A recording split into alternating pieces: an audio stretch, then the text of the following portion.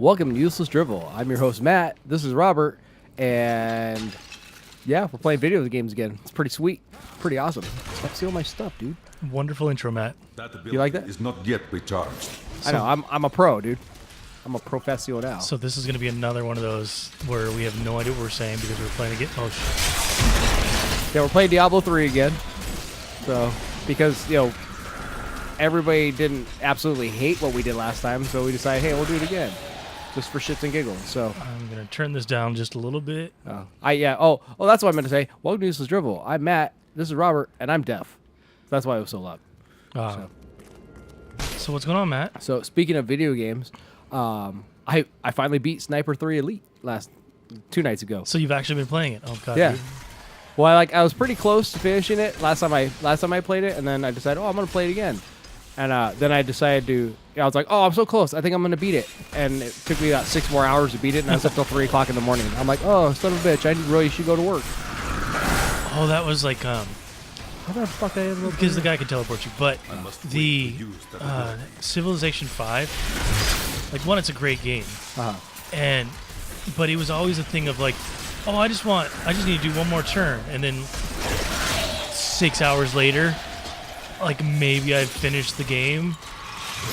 I mean, not the game because it's they're essentially map, and it's just.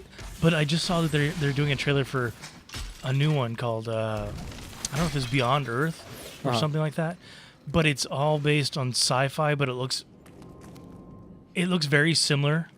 No, Civilization 5. That's kind of like a real. Is it real-time strategy? Or is it like kind of like? It's turn-based. No, we don't want. It's kind of like how the old school Warcraft game was, right? No. Yeah. To Build up resources, build up units. but that was actually real. Oh, okay. I guess this is all we can do in here. So what's this one you're talking about? Yeah, so it's all sci-fi, but it has the look is very similar to Civ 5, but I guess they've added a bunch of new things to it, like quests and all this other kind of stuff. Oh, okay. And it's just, when I was watching the trailer for it, the only thing I could just see is myself wasting time.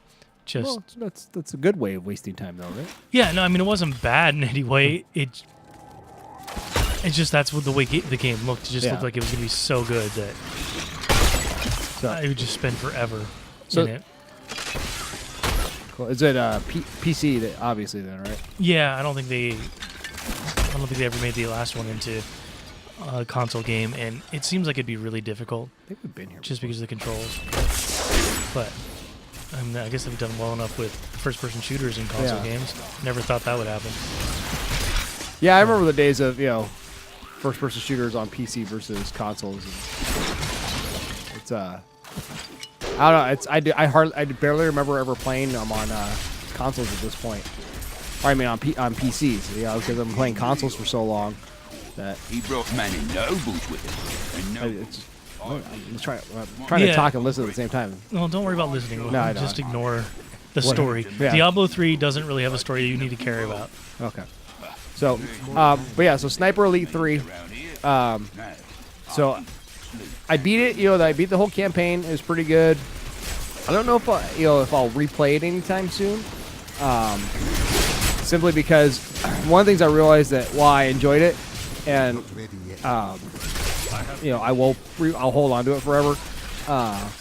It's just, I think what took me so long to beat it is because being a sniper game, it requires a lot of patience.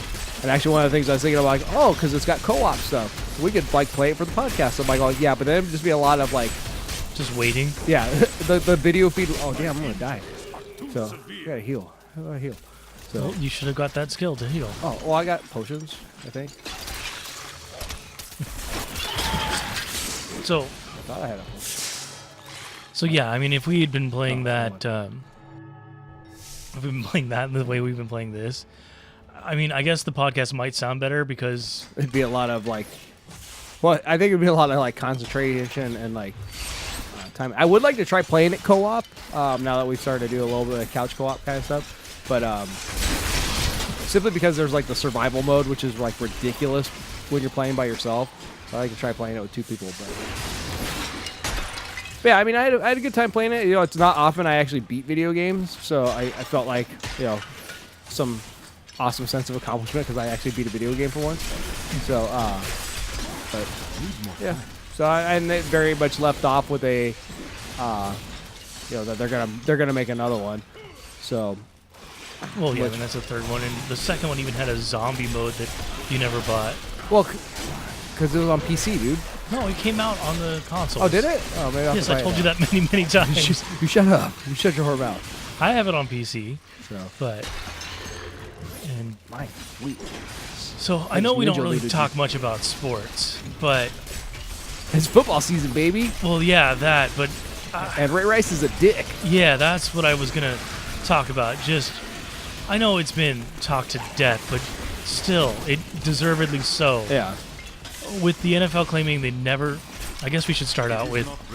If you're not a sports person, so Ray Rice is a running back for the Baltimore Ravens, or was the running back for the Baltimore Ravens, and back in like April, he straight knocked his fiance out in a casino elevator. Well, back in April, what happened was that he came out of an elevator dragging his wife, or his Yeah. fiance, now wife. And that's the video everybody had, was him dragging this woman out of the elevator. It's like, oh, she passed out. Yeah, She's they drunk. kept saying by the hair. I didn't necessarily see that. No, I didn't see by the hair. And so the thing is, like, nobody really had any idea what happened. There was, of course, speculate.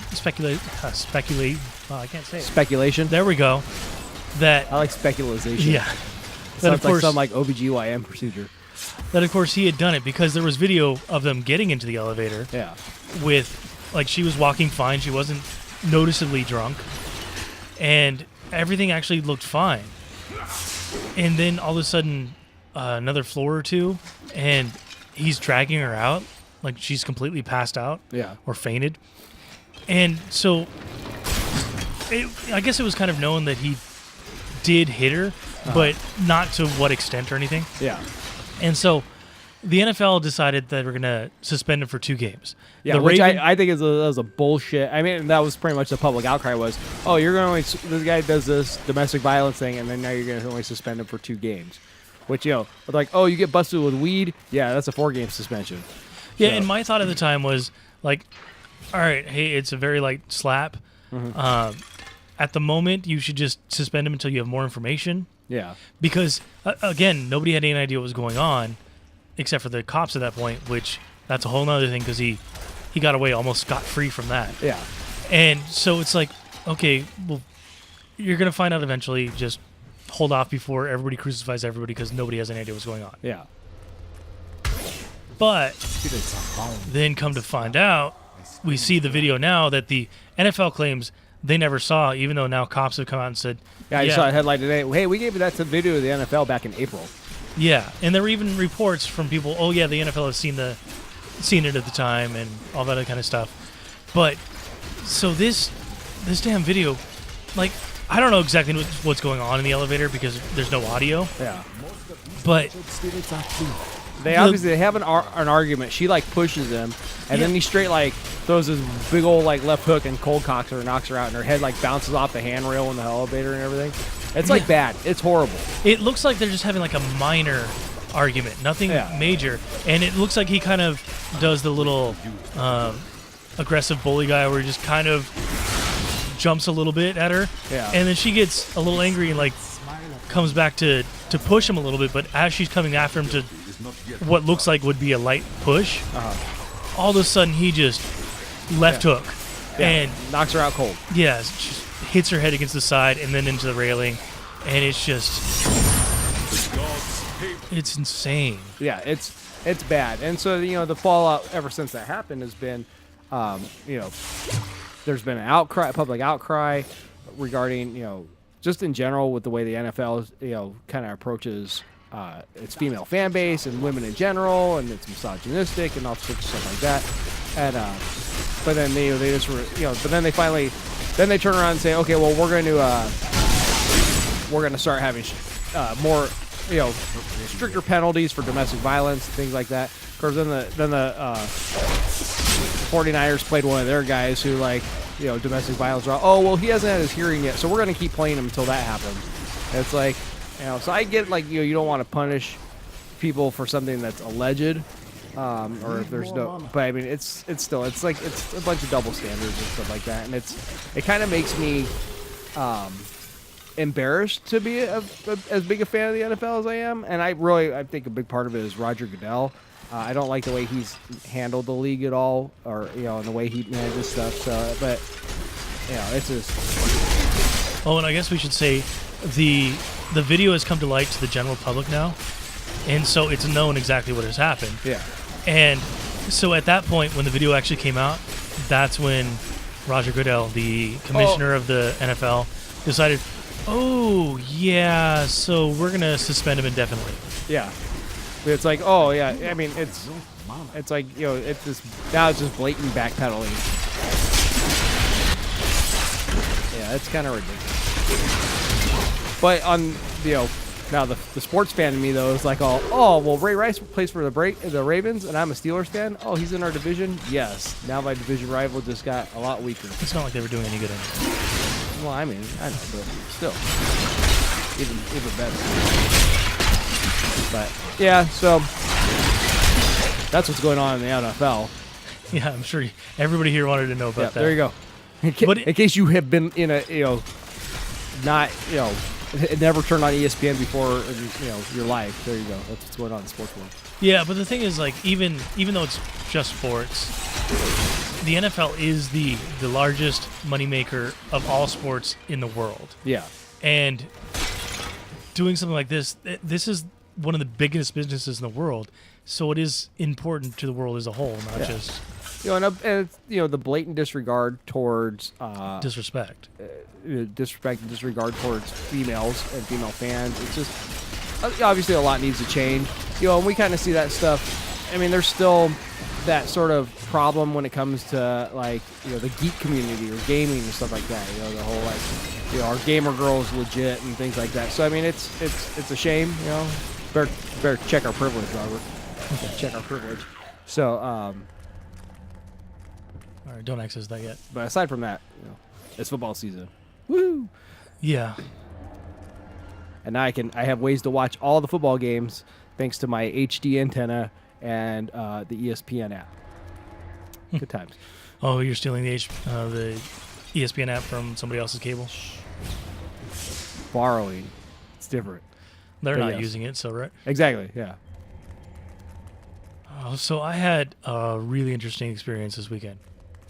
I don't want to know about that. What you do in your bedroom is your business. Well, dude, come on. Catch up. So it was with ketchup? So I've never hung out at a tattoo parlor. Never? No. Oh, you don't have you don't have a tattoo? No, I don't. So I've never spent really time in a tattoo parlor other than just stopping by to check something out. So you've never actually been at a tattoo parlor for the time it takes for somebody to get a tattoo? No, not even for more than a couple minutes. Yeah. But this weekend I did. But you didn't get a tattoo? No, I did not get a tattoo. And because the girlfriend decided to get a tattoo. Well, actually, I went out there with another friend who was getting a tattoo, and at the same time, the girlfriend decided to get one. But here's the thing: is we were getting a tattoo, or not we, but they were getting tattoos from a friend of ours. Mm-hmm. And this tattoo shop has a big TV in the center, and eventually he and us were the only ones in there because it was a Sunday, and nobody comes in to get tattoos on Sundays. Well, that's Lord's Day. Yeah, so it was just a strange experience because when I first walked in, they had Pandora running off of like a punk / metal station, which understandable and fine. Yeah. Then it got to the point where the girlfriend was getting a Moogle tattoo while Sailor Moon was being played on the TV. All right. I don't know if that's ever happened in any tattoo parlor.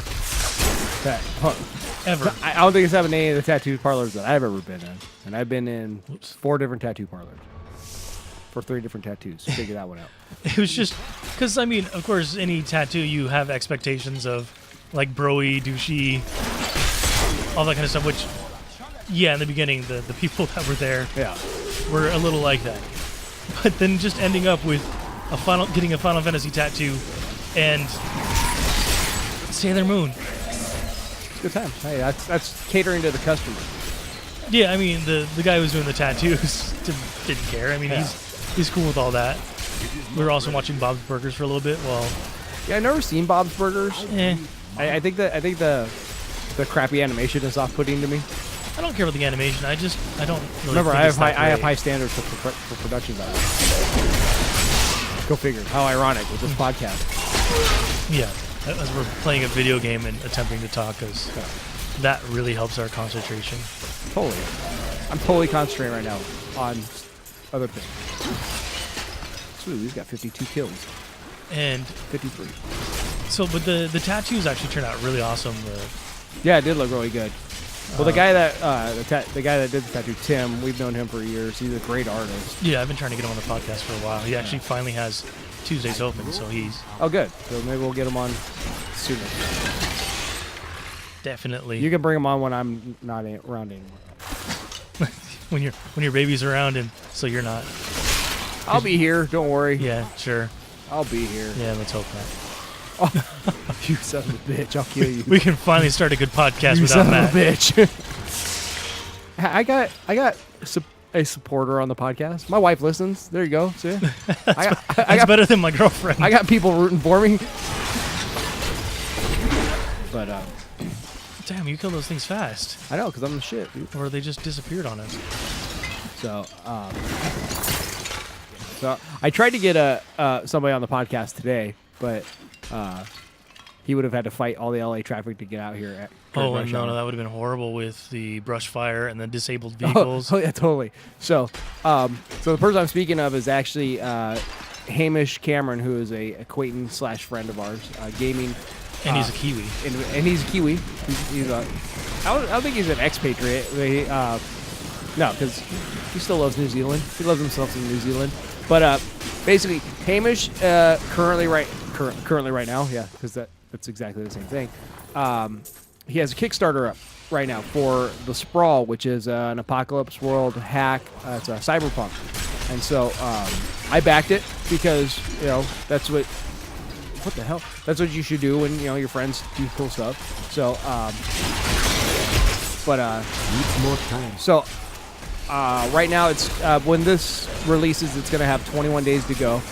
And I played a little bit of Apocalypse World, and I haven't had a chance to play the Sprawl, but like we've talked about before, we're both really interested in trying a cyberpunk game and everything, and considering the fact that I've actually run an Apocalypse World game, even though I didn't realize I was running an Apocalypse World game, I'm looking forward to trying it out, running it, probably for the G Plus group, the Vagabond Gamers, and then recording it as an actual play. But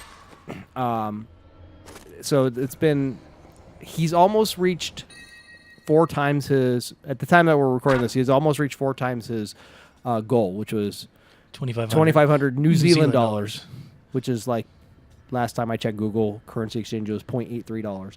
But for basically, but the $30 buy-in, which is what I got in at, is the PDF of the game, all the stretch goals, I think beta access, and opportunity to buy a print-on-demand copy at cost. So, but the thing is, being Apocalypse World, I know you and Apocalypse World aren't really homies, so I was wondering if I kind of wanted to talk about Apocalypse World in general, because I've had a little bit more exposure to it, and I'm looking forward to, because unfortunately I haven't had a chance to play the Sprawl in any of the beta tests that Hamish has run at Strategicon, our local convention. But our friend Gina, it seems like that's like one of her go-tos every time we go to one of the conventions. So I've played it. Oh, you've played the Sprawl? Yeah. You could have said something. Well, because you were just talking. Shut up. At some point, I was hoping for a break so I could jump in there and mention it. Well, I got to get it all out in once, or else I just stop talking, and then now I'm running the wrong way.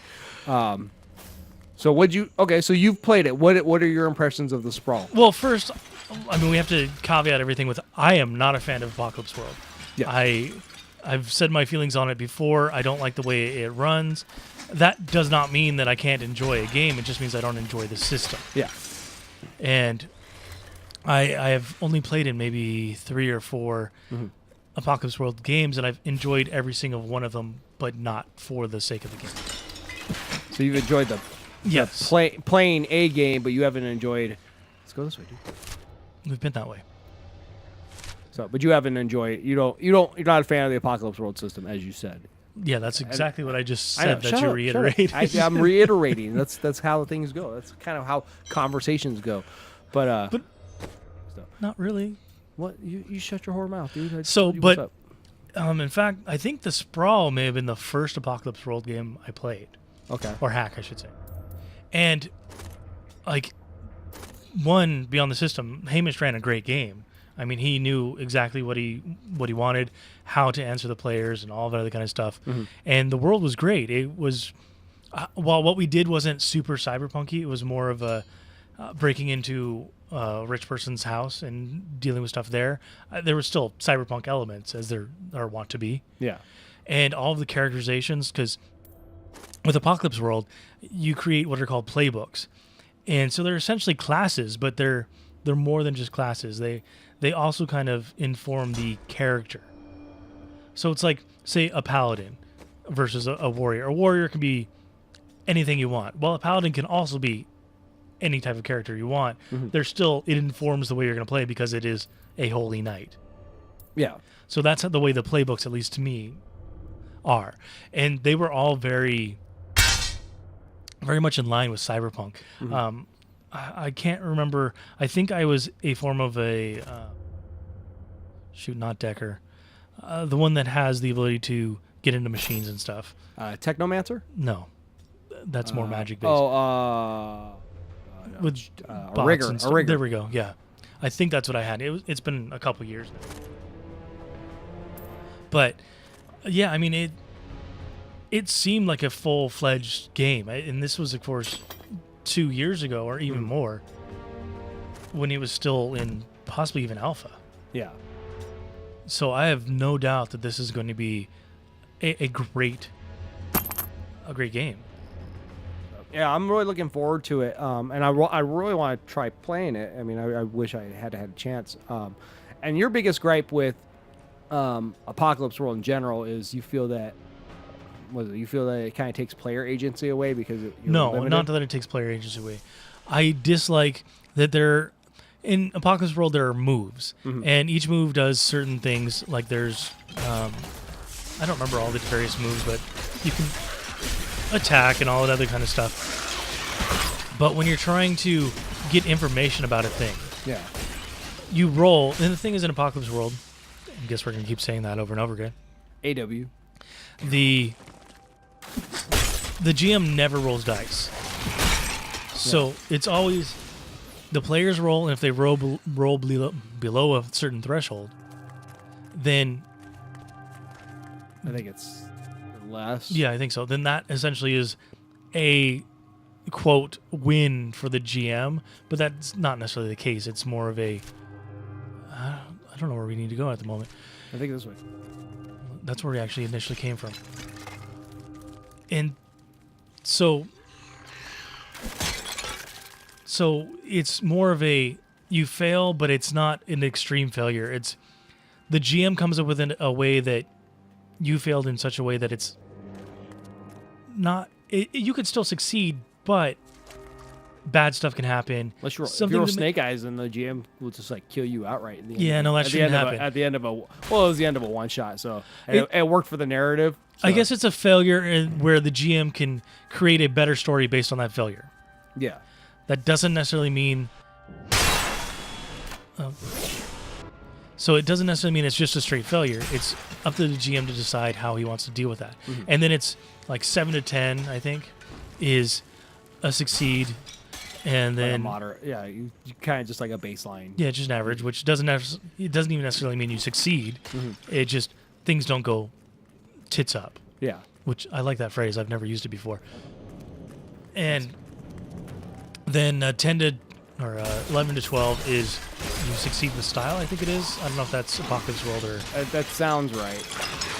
Which of course, everything is going your way. Everything comes up Millhouse. Comes up. That's a Simpsons reference you wouldn't get because you didn't watch it because you had a horrible childhood. No, I had a horrible early adulthood. And so Now, when you're questioning what to do, say it's like, okay, well, I want to say interrogate this guy. So rather than saying, all right, well, I'm gonna like start role playing it out.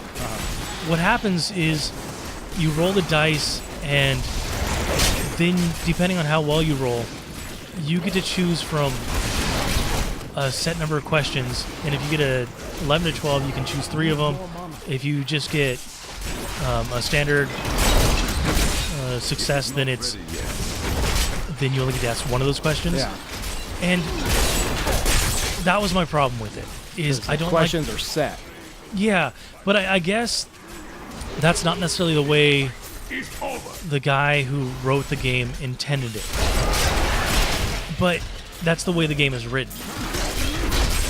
So it makes it a little difficult where all of a sudden the game in the middle of the role-playing part, you stop and you have to figure out how to frame what you want to know Within the confines of these. Yeah, and so then you start doing that, and then all of a sudden the GM doesn't necessarily understand what you're trying to go for because you've changed how you were asking the question based on these possible questions you can ask. Yeah. And so you get information that's not what you necessarily want. Yeah, it's kind of like a breakdown. Yeah, I get what you're saying. And, one of the things is, I think when I ran the Apocalypse World game in the Spirit of 77, I think, because I didn't know what the hell I was doing. I only Did you know those guys are local? Yeah, they are. I realized that afterwards. That they go to our local con. But I think what was I saying? Oh, because I didn't know what the hell I was doing. Having only played Apocalypse World like 2 or 3 times, and having never run it, and not even owning like the book, so having no way to actually read up on it, I was just kind of shoot from the hip, and I think it worked out. Worked out all right. I didn't feel like I was limiting the players in any way. And maybe it's just because I just ran a game like I normally run a game, rather than sticking hard and fast to that kind of rule. So Yeah, I mean that's really my biggest gripe with it, because it really takes you out of the game, and I find it difficult and frustrating to deal with that, because all of a sudden you have this idea of what you're trying to do, and it's like, okay, stop. Okay, now figure it out in a different way. Well, and the questions are kind of abstract too, because it'll be like, I mean, it all depends on the rule set you're playing and things like that. But sometimes the questions can be kind of abstract, like, well, who's the most dangerous person in the room at the moment? And it's like, and you may feel it feels confining because you're like, none of this, because it's like it's a very broad stroke, or it's either a very broad stroke to find out something very specific, or it's a very specific question to try to answer something broad. So, does that make sense? Yeah, I mean, that's the problems I had, so Yeah. I completely understand that. But all that aside, definitely go, and if you get a chance, and if you have money, which I actually don't have any money, but I was like, oh, by the way, I'm backing this to my wife. Go back to Sprawl on Kickstarter. I'll put a link in the show notes, and support Friend of the show. a friend of the show, independent game designer, and a great guy. yeah, and he's from New Zealand, so Craft beer lover. yeah. So he's way more awesome than we ever have been or will be. So And he's a doctor. that's true. He's a doctor of classical studies. So basically, like ancient history and stuff, like ancient civilization. Yeah, so he has a lot of debt, and he lives in LA, so he needs the money. Yes, totally. So yeah, I mean, support Cameron. I don't want to say. I feel bad now because I kind of mean that's kind of like saying, "Oh, he's poor, give him money," but that's not. Hey, put it this way: I got a BA in history, and I got $60,000 in debt. You just got a sweet unidentified axe. That means it's legendary. So you should look it up. Okay, so I got a BA in history, and I have $60,000 in debt. Hamish is essentially a doctorate in history, and he went to USC. So he's got to be smart. yeah, you definitely smart, but oh my God, he needs some love when it comes. Well, and I mean it's a fun game, whether or not, however you feel about yeah, dude, totally equipping that shit. however you feel about Apocalypse World, it's still interesting. I mean, really anything cyberpunk, go for it, because it's kind of feeling like it's a dying genre, and I hate that. I don't want that to happen. Yeah, well, because I mean, what I think because now Shadowrun's on 6th edition, but now 5th edition. So I mean, but back in the day when Shadowrun was kind of, I think, at its peak, what 15 years ago maybe, or so. I mean, it was very much before wireless, before everybody had smartphones. The whole idea of deckers need to like jack in and plug into like terminals and stuff like that. I mean, that kind of stuff is kind of a lot of the tech that really, I think, set the cyberpunk genre apart as kind of reality's caught up and surpassed it. And so it's, I mean, to a certain extent, but yeah, it's definitely, fantasy's fantasy, and you can always just kind of, one of the greatest strengths of fantasy is like, oh, it's magic, and then that's how you leave it, and you don't even have to explain it. Oh, it's ancient magic, so there you go, figure it out. But yeah, cyberpunk is very, it's such a specific genre, and it's so defined by tech that it really risks. So, and speaking of tech, the other big news this week, the iPhone 6 is coming. Yeah, I don't know how I feel about that. I mean, you're not an iPhone guy. You're not like an Apple fanatic. I'm not an Apple fanatic, even though I have an iPhone. I'm just kind of, I'm like, oh, I'm happy the iPhone 6 is coming out, because if I want to get an iPhone 5, then it's like super cheap now. Yeah, well, I mean, I'm not anti-iPhone. In fact, I mean, there are things that What is this thing following us? really like. Oh, it's with my axe. Sweet. So, like, I'm not. Oh crap! We just went back exactly where we came from. I'm not anti-iPhone. I mean, I used to have an iPhone, and there are things I absolutely love about the iPhone that I wish would come to Android, because I don't know. I just straight called you. I'm like, you hate Apple because you don't have an iPhone. That's what the hell. That's where we came from. But so I mean, the big news being, the iPhone 6 is coming out, I think, next week. But there's the iPhone 6, and then there's the 6 Plus, which is essentially, it's like a mini tablet, and Not really. well, It's not that big. Everybody said it's like the size of the iPad Mini, which no, it's nowhere even close. It's not even the same size as my Note 3. your Note 3 is a giant. I couldn't have a phone that big. Dude, you get used to it real quick. And like whenever I hold an old phone, like the girlfriend's or even my old iPhone, it's just like it's so tiny. And the thing is, the only thing that this size is that beneficial for is really the internet. Yeah. I mean, because I don't watch stuff on my phone.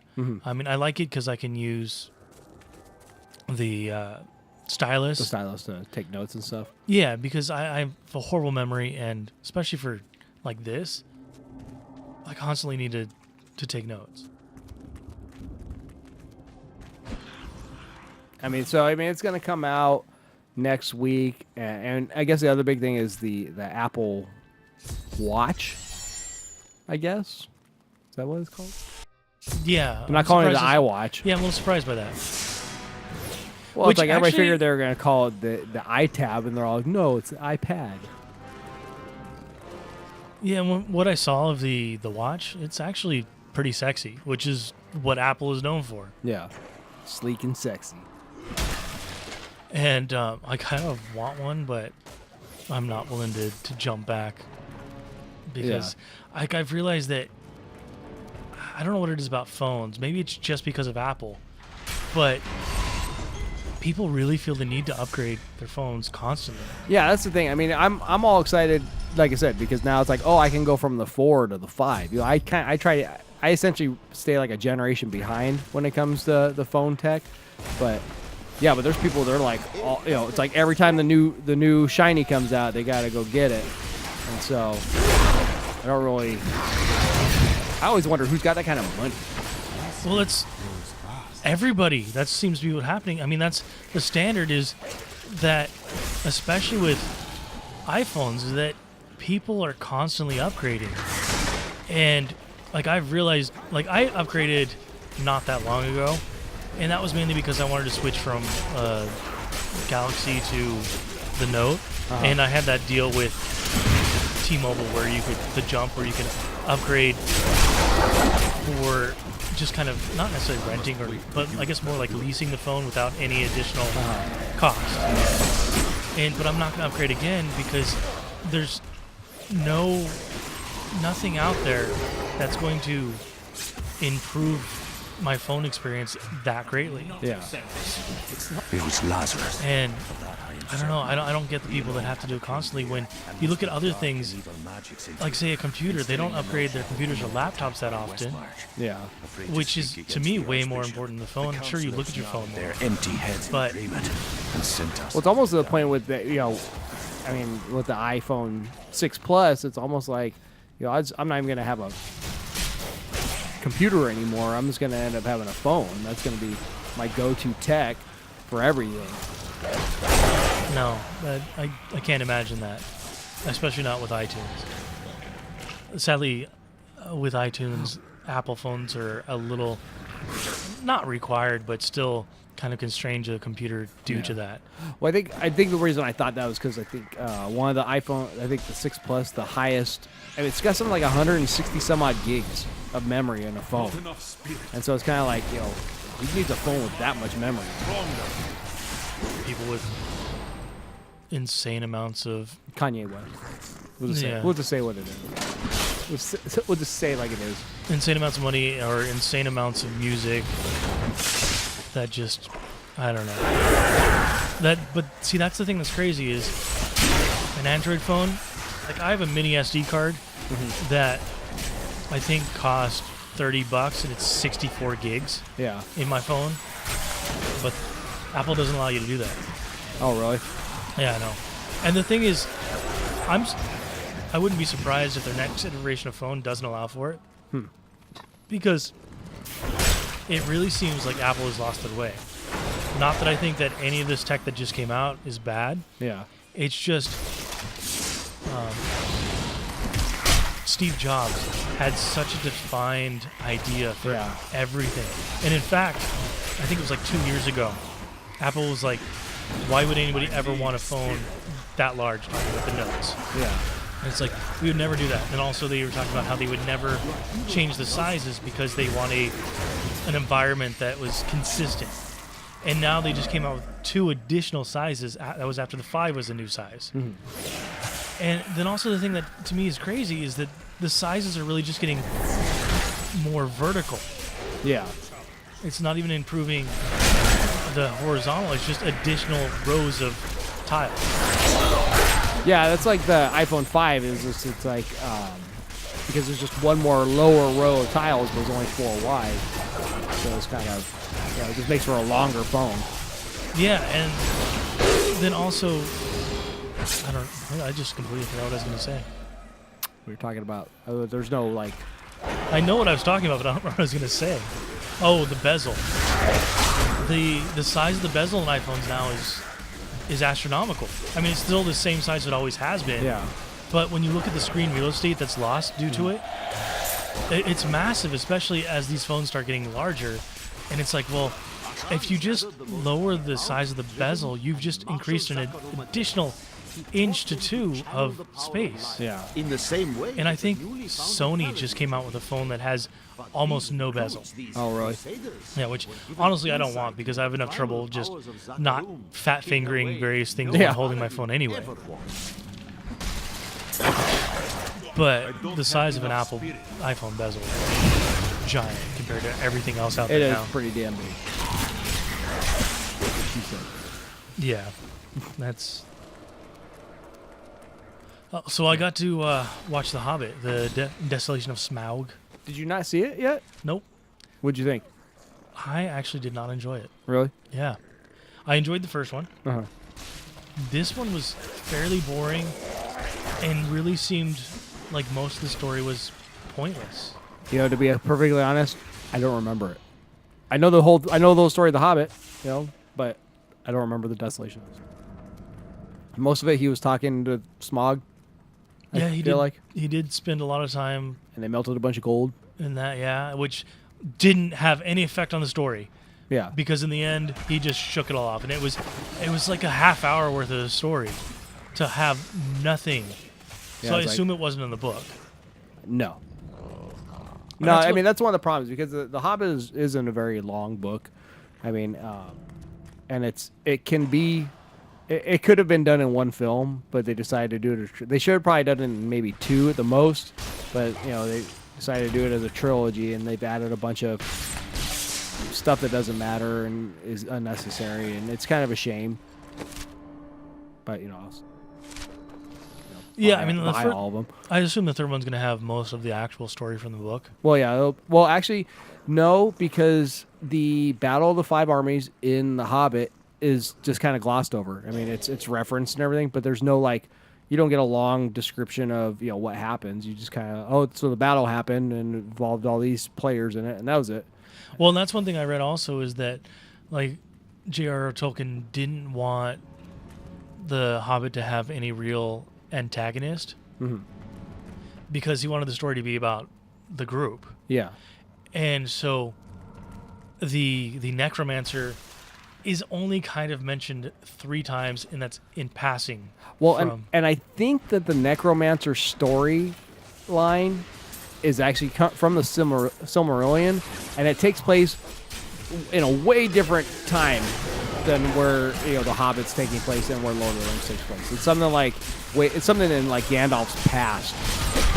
Well, I guess from what I'd read is that when Gandalf is essentially just taking off to places in the middle of the Hobbit, it's kind of referenced something about the It is not ready yet. whether or not it's his actual dealing with it in the way that the movie would have you see, or if that's supposed to be in his past and it just I don't know. But the problem is most of the movie felt like it was filler, like it was kind of pointless for the things that were happening. Yeah, it was like, let's add action for the sake of having it. Because really, when you look at what's in the book at that point, there's not a lot. There's not a lot going on, and it doesn't really need to have a 2-hour treatment on film, because I think it's literally like the whole conversation Bilbo has with Smaug is, 3 pages worth of conversation, something like that. I mean, it's not a lot. I mean, the book, like I said, the book isn't even that long. So, they got So I was Peter Jackson. disappointed. I got paid, dude. I mean, it wasn't a horrible movie. It wasn't that great. Like I said, I mean, it's to the point where I don't really remember much of it, but it won't keep me from going and seeing. The only thing that's going to keep me from going and seeing the last one in theaters in December. A baby. So, Oh, and that comes with the territory. I also just started watching Vikings again. Oh, did you not finish season 2? No, I never even started season 2. I just started it now, and so it's just that I've only seen the first episode, but that is by far the most awkward dinner party ever, isn't it? Oh, so here's like my lover or my former wife and my current wife, and yeah. But it's not even just that. Times. I mean, spoilers for anybody who hasn't seen the first season of Vikings, but it's kind of late now, so don't worry. Is that in the end of the first season, Ragnar, the main protagonist, has sex with this Viking princess from I don't even know where, and Somewhere else. yeah. And so then beginning of the second season, well, his son sees that. So in the beginning of the second season, he comes back and his wife asks him about it. And he's like, yeah, it totally happened, but don't worry, I don't love her, all the other kind of stuff. And he's like, what can I do to make it right? She's like, don't see him again, or don't see her again. He's like, all right, no problem. We're cool. And then shortly thereafter, a boat is shown coming. I must destroy them. And it's the girl that he boned. She's all pregnant. Yeah, she's all pregnant. But she's also a princess. Yeah. And he's the leader of the clan or whatever, that little small town Yeah. is. And so they have to accept her in the proper way. And so it's just him sitting between his wife and this woman, and nobody's talking. Yeah. And it's just incredibly awkward. But then it gets worse. Because Ragnar gets greedy. Well, so that was the first dinner party, and then they have to have another one because she's there multiple times. And the second dinner party is when they all kind of start talking, and Ragnar just kind of starts saying, hey, so, it's not uncommon for a man to live with multiple wives. Yeah. Except Ragnar gets greedy. And it's not, I mean, it's good for both kids or both families, because the women can deal with both of them, and the father's there too. Yeah. And his wife just has absolutely none She of ain't gonna it. have nothing to do with it. So it's insane how badly everything. Yeah, it Kinda goes, goes throughout that. it goes to shit real fast. But it's funny. I mean, it's not really meant to be funny, but that's how it is. So you'll enjoy. I think you'll enjoy the rest. It's good. It's a good. Yeah, show. I'm looking forward to when it comes back. There's a lot of things I'm catching up on. Like, we just started watching The Strain also. I know you've been wanting us to do that for... Dude, but you know what? Since we cut cable, I only watched like the first 2 episodes, maybe 3. So I'm behind on it now. Oh, so. yeah, we've seen the first 3 now. It's not bad. I'm not great, but not bad either. I know that doesn't really have a whole lot of meaning, but it's a decent enough show. It's watchable. Yeah. It's got some staying power. I guess it's got a season 2. So I guess one thing though the girlfriend was disappointed with, especially since it was Guillermo del Toro, is that in the book, most of the main characters have at least Hispanic last names, and almost nobody in the show does. So it's like they had to whitewash it completely. When Well, that's how TV is. I get that, but there's honestly no reason. I mean, the main character is high up in the CDC. Yeah. And, I mean, I don't know who the current leader of the CDC is, but it's not unplausible for somebody of non-Anglo descent to not be in that position.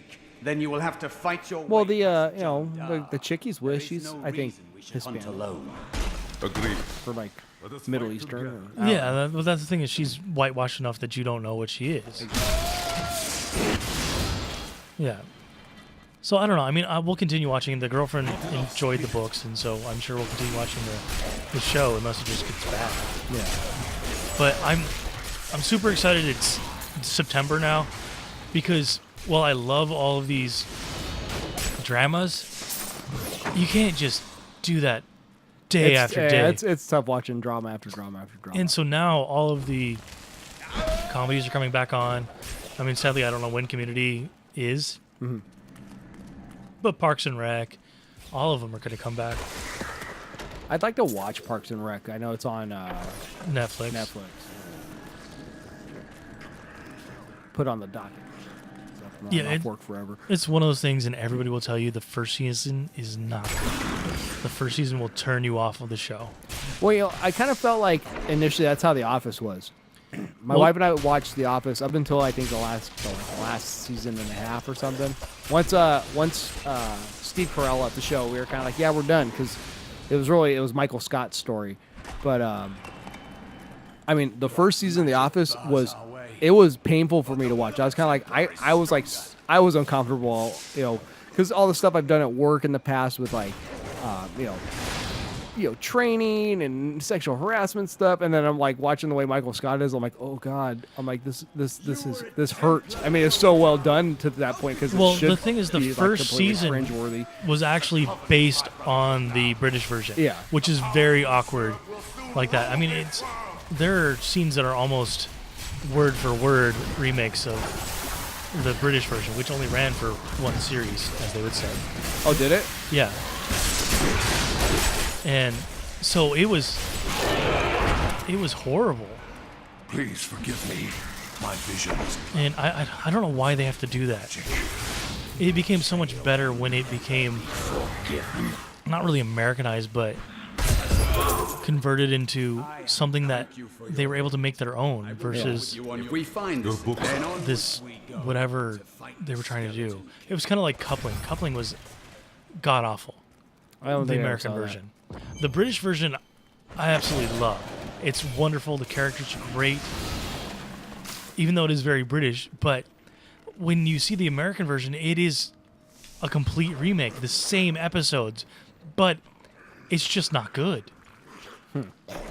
It's incredibly disappointing. Well, you know, most American remakes of other TV shows aren't generally. I crave a good fight. Well, not just TV shows. It's, I mean, a lot of Most movies too. everything. Like Rec or Record, however you want to say it. That's I still gotta watch that. that's such a great. Maybe I'll like. Yeah, I wonder if that's on Netflix. Maybe that might be like a late night. I'm up with the baby. Well, let's watch this. Of course, I probably won't be able to get through it. I can't freaking. You just died. Just died. I don't know how to revive you. That's some bullshit, man. I don't know if I can revive you. No, I'm gonna. I don't even know how that happened. Fuck, I'm naked. Because you never don't mind. pay attention, Matt. You've been sitting in these bombs this whole I time. didn't realize they were bombs, dude. Really, when there's this giant ring that then explodes and you lose half your health, I kind of like you stay in the ice that freezes you. I have a hard enough time to even know where I'm at. Oh. How's your child ever been? I don't know. There's ceiling fans all over my house, man. That kid's gonna be brain damage. So Yeah, you do have experience. I do have a track record for putting kids' heads in the ceiling fans, not on purpose, but Yeah, sure. That's what you're saying. that's all I got this week, man. When we return My butt's from our falling asleep. horrific defeat in Westmarch. Oh, so you don't want to keep going? Lost all I'm just saying, my pretense butt's of falling sanity. asleep. He All right, seethed with fine. rage, spit Sucks to your curses asthma. upon